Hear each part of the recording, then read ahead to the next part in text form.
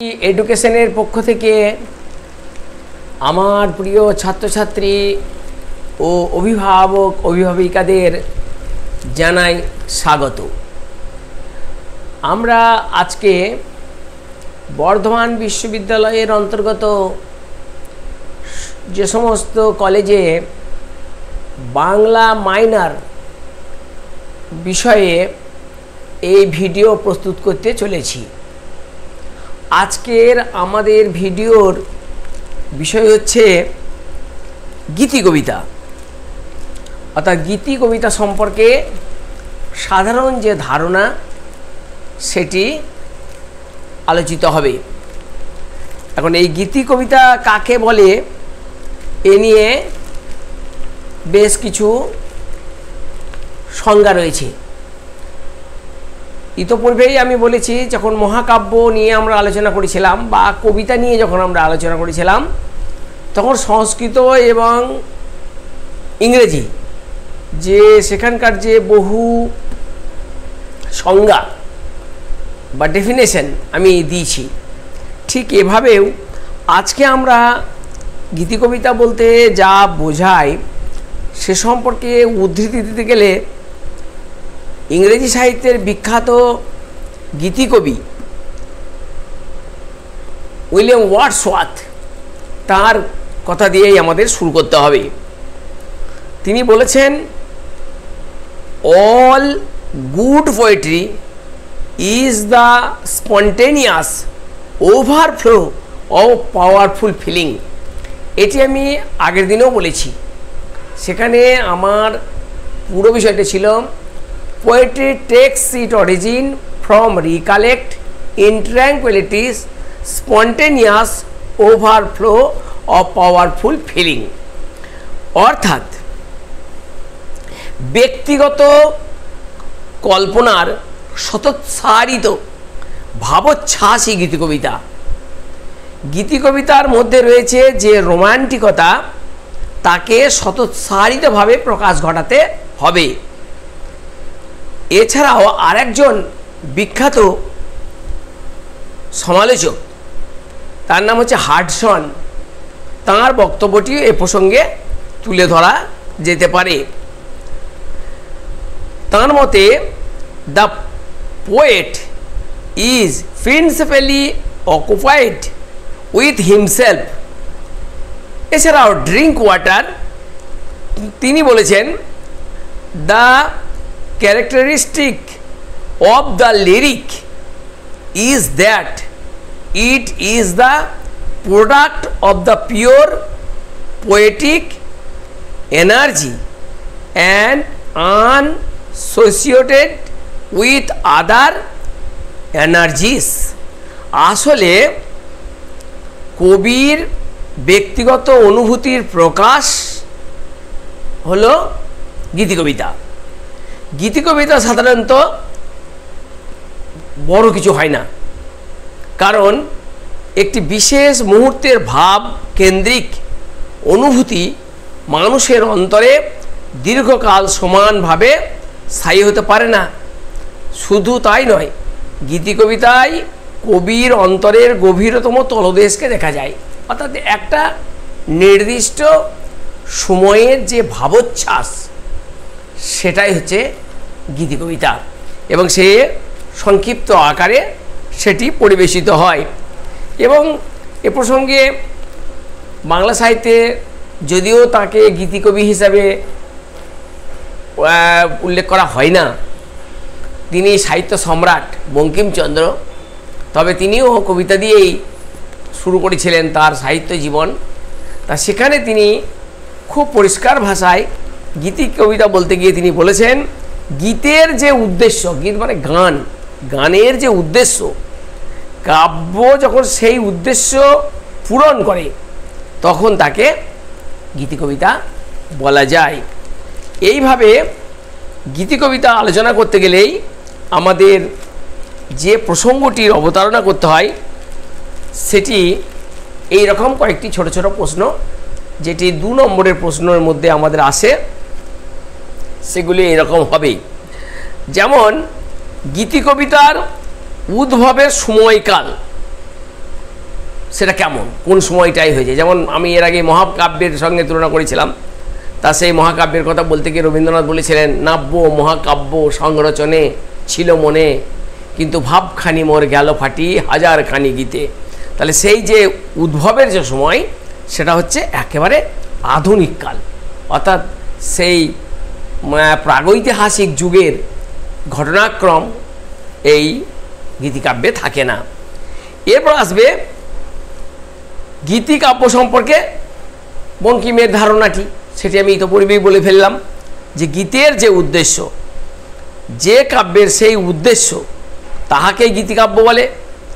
অর্থাৎ বক্তার ভাবোচ্ছ্বাসের পরিস্ফুটতা মাত্র যাহার উদ্দেশ্য, সেই কাব্যই গীতিকাব্য। সুতরাং এটিও একটি 2 নম্বরের প্রশ্ন হতে পারে। তৃতীয়ত, এবার আমরা তো বললাম গীতি কবিতা কাকে বলে, গীতি কবি কাকে বলে, সে নিয়ে আমরা আলোচনা করেছি। এখন গীতি কবিতার এমন নামকরণের কারণ কি, এরকম একটা প্রশ্ন আসতে পারে। তখন বলতে হবে যে লিরিক শব্দটির মূলে একটি বীণা জাতীয় একটি যন্ত্রের কথা আছে, এবং এই যন্ত্রেও সহযোগে যেহেতু গান গাওয়া হতো, তার থেকেই এই লিরিক বা গীতিকবি কথাটা এসেছে। আর লিরিকের উৎস কি? লিরিকের উৎস হচ্ছে গিয়ে এটি ইংরেজি শব্দ লিরিক পোয়েট, তার থেকে গীতিকবিতাটা কথাটা এসেছে। এইভাবে আমরা আলোচনার মধ্যে প্রবেশ করলেই আমাদের গীতিকবিতা বা গীতিকবি, আমরা রবীন্দ্রনাথকে যত গীতিকবি বলি না কেন, কিন্তু রবীন্দ্রনাথ যাকে এই গীতিকবিতার শ্রেষ্ঠ সম্মান দিয়েছেন, অর্থাৎ যাকে তিনি ভোরের পাখি বলেছেন, সেই মানুষটি এই প্রসঙ্গে আসবেই। তিনি হচ্ছেন বিহারীলাল চক্রবর্তী। আর এই বিহারীলাল চক্রবর্তীর বিখ্যাত গীতি কাব্য, তার নাম হচ্ছে সারদা মঙ্গল। সারদা বানানটি খুব লক্ষ্য করতে হবে, দন্ত ছয় আকার হৃদয় আকার সারদা। এখানে তিনি কি করেছেন, এখানে এ কাব্যে একটা আলো আঁধারি, একটা স্বপ্নালু পরিবেশ তিনি রচনা করেছেন। এবং এই কাব্যে কি কি ধ্বনিত হয়েছে, এখানে দেবী সারদা, অর্থাৎ তিনি হচ্ছেন সৌন্দর্য লক্ষ্মী, তাঁর সঙ্গে মিলনের জন্য আকুলতা এ কাব্যে ধ্বনিত হয়েছে। এর সঙ্গে আছে বিষাদ, এর সঙ্গে আছে বিরহ, এর সঙ্গে আছে আনন্দ, সমস্ত অনুভূতি একত্রিত হয়েছে এই সারদামঙ্গল কাব্যে। এবং সারদামঙ্গল কাব্য ছাড়াও তাঁর যে সাধের আসন, একটি অন্যতম গীতি কবিতা, গীতি কাব্য, সে সম্পর্কেও আলোচিত হতে পারে। অর্থাৎ বলতেই পারে যে বিহারীলাল চক্রবর্তীর সর্বশ্রেষ্ঠ গীতিকাব্য কোনটি, এবং অন্য আরেকটি গীতি কবিতার কাব্যের নাম বলো, তখন শ্রেষ্ঠটির নাম হবে সারদামঙ্গল এবং অন্যটির নাম হবে সাধের আসন। এবার আসবে গীতিকাব্যের লক্ষণ। গীতিকাব্যের লক্ষণগুলি কেমন হবে? এই রকম যে এখানে কি থাকছে, কবির ব্যক্তিগত অনুভূতি থাকছে 1 নম্বর, কবির ব্যক্তিগত অনুভূতি। 2 নম্বরে থাকছে গীতি কবিতায় একক আত্মমগ্ন অনুভবের তীব্রতা, সংবেদনশীল ভাষা, সুরের অন্তর্লীন স্পর্শ পাঠক চিত্তকে কি করবে, আকর্ষণ করবে। তৃতীয়ত কি হচ্ছে, কবির হৃদয়ের একান্ত ব্যক্তিগত, এখানে সেই যে আবেগ তার প্রকাশ ঘটবে। চতুর্থত হচ্ছে গীতি কবিতা যতখানি আবেগ অনুভূতিমূলক, ততখানি কিন্তু চিন্তামূলক নয়। পঞ্চমত আমরা বলি এর মধ্যে কি থাকছে, একটা গতি থাকবে, সঙ্গীত মুখরতা থাকবে এবং নিটোল একটা অবয়ব থাকবে। সর্বোপরি অনুভূতির আবেগ ব্যাকুলতা এর অন্যতম লক্ষণ। এবং সর্বোপরি সর্বশেষ 6 নম্বর যেটি, সেখানে থাকবে একটি সংহত এবং সংক্ষিপ্ত অবয়ব। এইভাবে আমরা গীতি কবিতার লক্ষণ এবং বাংলা সাহিত্যে যাকে রবীন্দ্রনাথ ভোরের পাখি বলেছেন, অর্থাৎ গীতি কবিতার নিরিখে যাকে ভোরের পাখি বলা হয়েছে, সেই বিহারীলাল চক্রবর্তীর কথা প্রসঙ্গেই আমাদের এবার আসবে যেটা, সেটা হচ্ছে গীতি কবিতাগুলোকে আমরা কিভাবে ভাগ করতে পারি, তার মধ্যে আমরা কিভাবে ভাগ করব।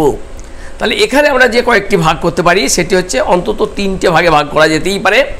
একটি হচ্ছে প্রেমমূলক, 2 নম্বর হচ্ছে দেশপ্রেম বিষয়ক, আর 3 নম্বর হচ্ছে প্রকৃতি বিষয়ক। এই 3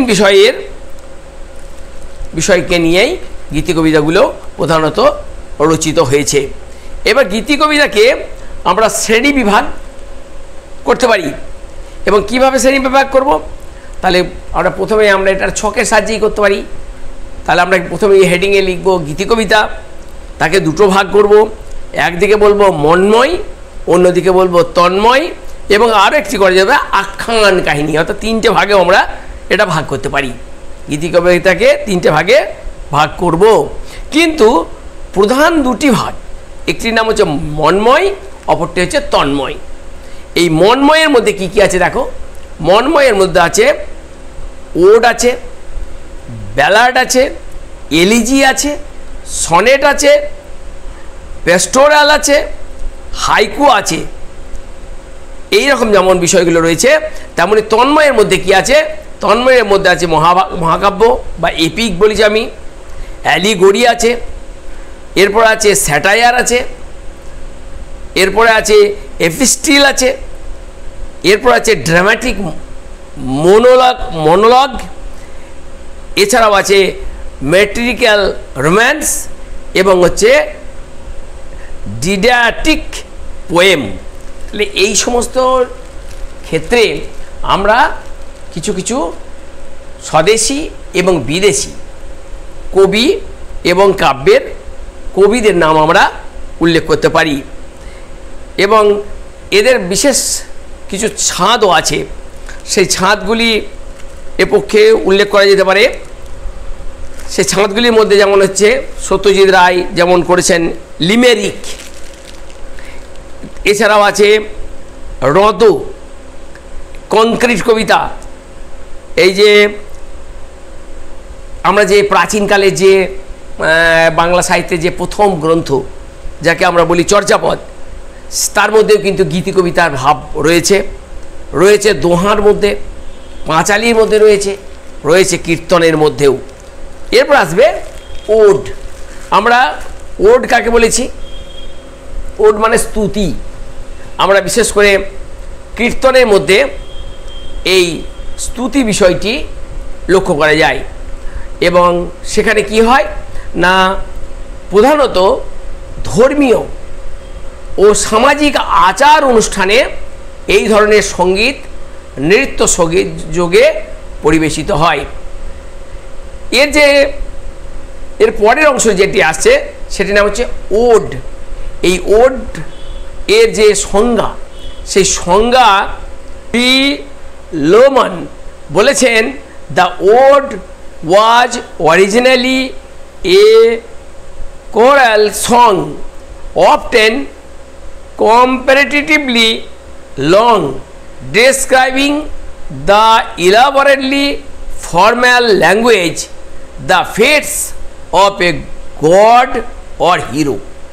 অর্থাৎ একটা মহান ব্যক্তিত্ব অথবা ঈশ্বরকে সেখানে কি করা হয় না, তাদের স্তুতি করা হয়, তাদের কীর্তি কাহিনী আলোচনা করা হয়।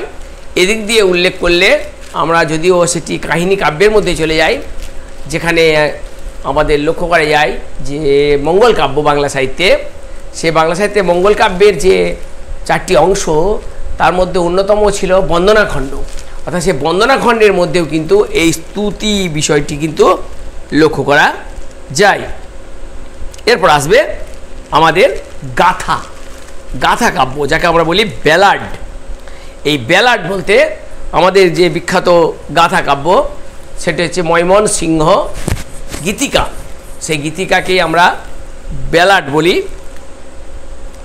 এই ব্যালাডের মধ্যে কিছু বৈশিষ্ট্য আমরা এখান থেকে উল্লেখ করব। সেই বৈশিষ্ট্যগুলো হলো এরকম যে গীতের প্রধান উদ্দেশ্য হচ্ছে ব্যালাডগুলির, অর্থাৎ গান গাওয়া হবে, অর্থাৎ গায়কেরা গান গেয়ে গিয়ে এটা নিয়ে বেড়াবি। এরপর আসছে এদের কিন্তু ছোট ছোট স্তবক থাকে। এরপরে আসছে এখানে চরিত্রে কিন্তু বাহুল্য থাকে না।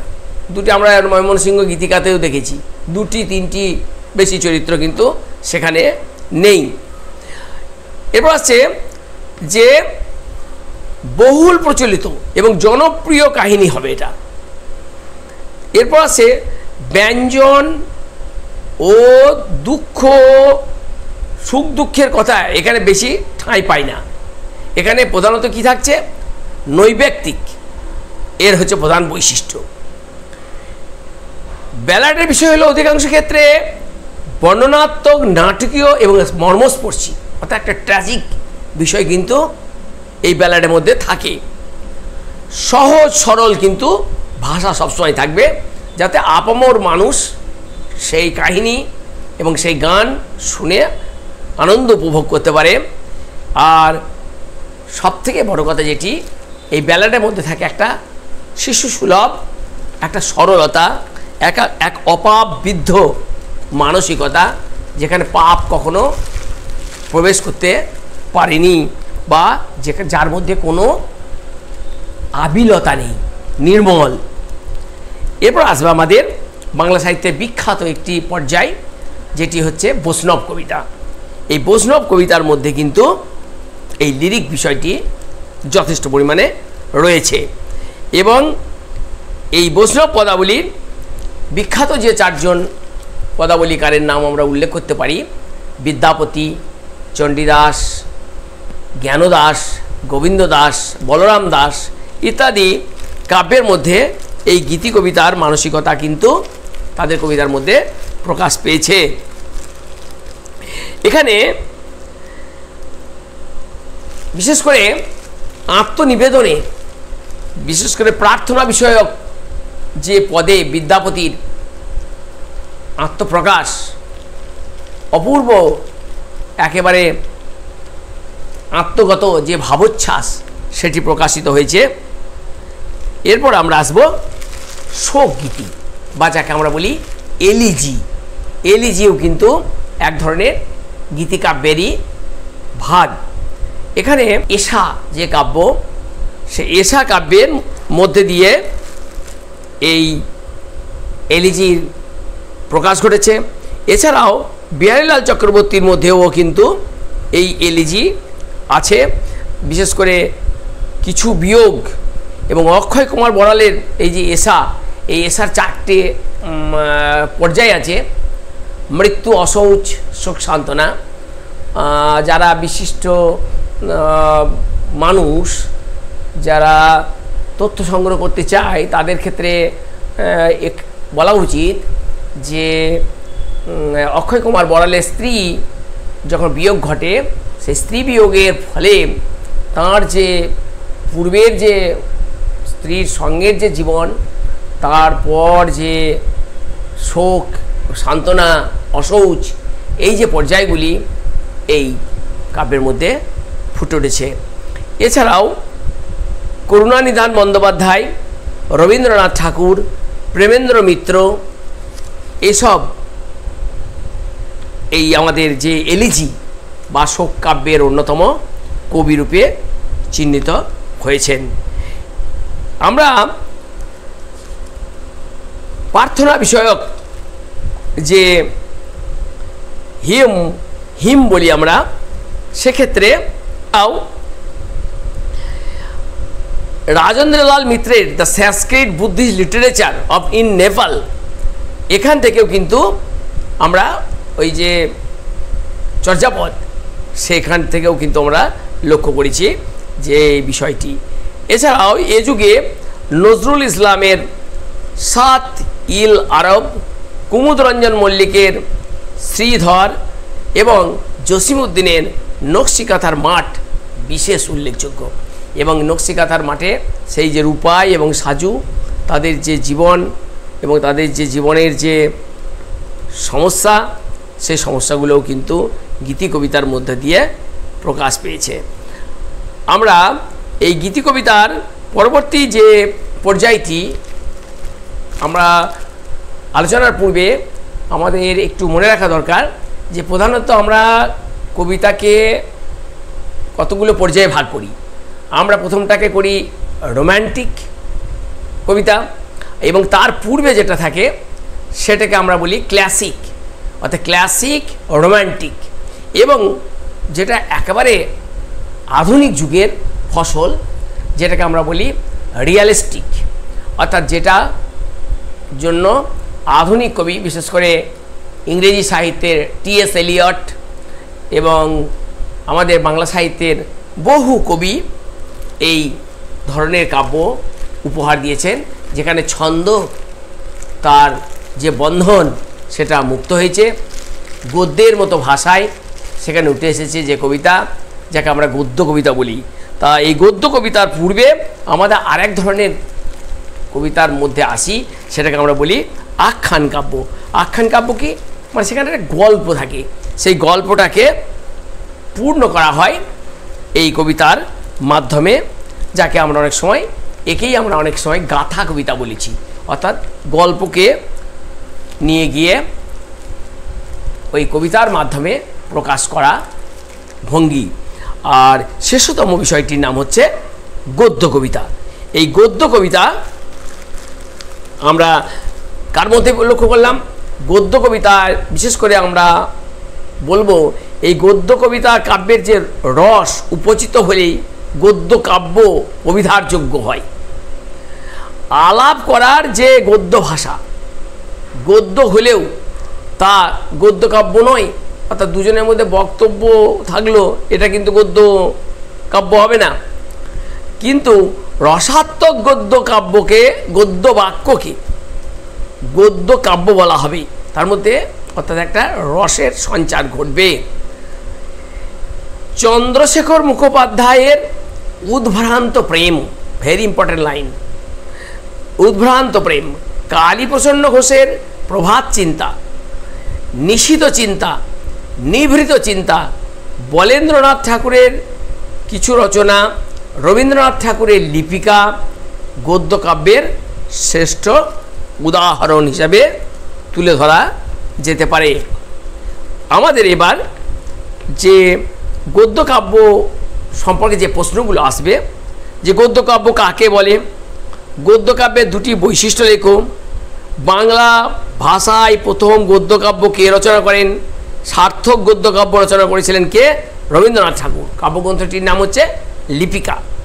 আর দুটি বৈশিষ্ট্য কথা বললাম কি না, এটা হবে গদ্যে রচিত, আর দু নম্বর হচ্ছে রূপক অলঙ্কার এখানে থাকবে, ছন্দের কিন্তু কোনো ব্যবস্থা নেই। আর তিন নম্বরটা হচ্ছে গদ্য ও কাব্যের উপাদানগুলি একত্রিত হয়ে কাব্যরূপ ধারণ করে। তাহলে গদ্যেরও বিষয় থাকছে এবং তার সঙ্গে কাব্যের বিষয়টি থাকছে, কাব্যটি থাকছে অন্তর্লীন হয়ে, আর বাইরে প্রকাশ পাচ্ছে গদ্যের সেই কড়া হাতুড়ি, যাকে সুকান্ত ভট্টাচার্যের ভাষায় বলা যেতে পারে। গদ্যকাব্য যে বৈশিষ্ট্য সেগুলোকেও আমরা একটু দেখে নিতে পারি। এইভাবে আমরা গদ্যকাব্যের বৈশিষ্ট্য লিখতে পারি যদি বড় প্রশ্ন হয় সেই প্রশ্নের ক্ষেত্রে। যেমন এতে কি থাকে না, শব্দ ভাষার লীলাময়তা গদ্যকে কাব্যিক করে তোলে। দু নম্বর হচ্ছে বৈচিত্র্যময় ছন্দস্পন্দ গদ্য কবিতার প্রাণ। তৃতীয়ত পর্ববিন্যাস কেমন হবে, ভাবকেন্দ্রিক। চতুর্থত গদ্য কাব্য একেবারে পদ্যে রচিত এবং অনুচ্ছেদযুক্ত, কখনো কখনো ভাব অনুযায়ী পংক্তি বিন্যস্ত হয়। এইভাবে আমরা গদ্য কবিতার পর্যায়গুলিকে ভাগ করি এবং এর সঙ্গে আমরা এটাও বলতে পারি গদ্য কবিতার সঙ্গে কবিতার যে পার্থক্য, সাধারণ কবিতার যে পার্থক্য, সেটিও দু চারটে উল্লেখ করা যেতে পারে এভাবে যে প্রথমত কবিতার কবি কল্পনার আধিক্য থাকে। আর এখানে কি থাকছে? এখানে থাকছে গদ্য কাব্য বাস্তব যে জীবন, সেই জীবনের বিষয়টি থাকে উল্লেখযোগ্য। যেমন ধনুখাতে সাঁওতাল ছেলে, মাসিক 3 টাকা মাইনের গুরু, এই যে কবিতার লাইন, সেইখানে আবেগময়তা নেই, আছে বাস্তব জীবনের ঘটনাটা। 3 নম্বর আমরা এটা বলতে পারি যে কাব্যের পর্বগুলি সাধারণত সমমাত্রিক হয়, ওই সেই 8, 6, 14 বা আমরা যেটাকে আমরা বলেছি যে ধ্বনি প্রধান, মান প্রধান, তান প্রধান যে বৈশিষ্ট্যগুলি ছন্দের মতো, সেখানে কিন্তু এখানে সেগুলো থাকে না। এখানে থাকবে কি না, পর্বগুলি ভাবের দ্বারা নিয়ন্ত্রিত, ফলে বৈচিত্র্যময়। কতগুলো শব্দ থাকবে, কতগুলো অক্ষর থাকবে, এগুলো কিন্তু নির্ভর করছে সেই বিষয়টার উপর। গদ্যকাব্য একেবারে পদ্যে রচিত, কাব্য ছন্দবন্ধে রচিত, সম বা অসম পংক্তিতে বিন্যস্ত। এইভাবে আমরা যে গদ্য কবিতার যে এবং কবিতা এবং যে গদ্য, তার যে পার্থক্য, গদ্য কবিতা এবং পদ্য কবিতা এবং কবিতার যে পার্থক্য, সেটা এখানে আমরা তুলে ধরতে পারি। এখন আমরা কয়েকজন বিখ্যাত যারা গদ্য কবি, তাদের নামগুলি আমি এ প্রসঙ্গে উল্লেখ করব। সেগুলির মধ্যে হচ্ছে, যেমন হচ্ছে T.S. এলিয়ট, ইতোমধ্যেই আমি বলেছি। এরপর আছে এজরা পাউন্ড, উইলিয়াম কার্লেস, এবং বাংলা সাহিত্যের মধ্যে আমরা রবীন্দ্রনাথ ঠাকুর, তার কাব্যটির নামও বারবার বলা হয়েছে লিপিকা। এছাড়াও আছে পুনশ্চ, বিথিকা, শেষ সপ্তক। এ প্রসঙ্গে আধুনিককালের অরুণ মিত্র, শঙ্খ ঘোষ, শক্তি চট্টোপাধ্যায়, নবারুণ ভট্টাচার্য, অমিয় চক্রবর্তী, শক্তি চট্টোপাধ্যায় প্রভৃতির নাম উল্লেখ করা যায়। এইভাবে আমরা সাহিত্যের যে সংরূপ, সেই সাহিত্যের সংরূপের মধ্যে কাব্য বা কবিতা বিষয়ের আজকের যে ভিডিওটি এখানে সমাপ্ত করা হচ্ছে। এবং সচেতন পাঠকদের জানানো যায়, ইতোপূর্বে এই আরেকটি ভিডিও তৈরি হয়েছে, যেটি হচ্ছে মহাকাব্য, অর্থাৎ মহাকাব্যও কিন্তু কবিতা। সুতরাং এই কবিতা এবং আজকের গীতি কবিতা, আজকের ওড, আজকের এলিজি, আজকের গদ্য কবিতা ইত্যাদি মিলে কবিতার সংরূপ সম্পর্কে আমরা এই আলোচনাটি শেষ করছি। এবং এই আলোচনা দুটিকে একত্রিতভাবে অনুধাবন করতে পারলে কবিতার যে সংরূপ, সেটি সচেতন পাঠকের কাছে পরিষ্কার হয়ে উঠবে। এখানেই আজকে আমরা শেষ করছি। তোমরা সবাই ভালো থাকবে।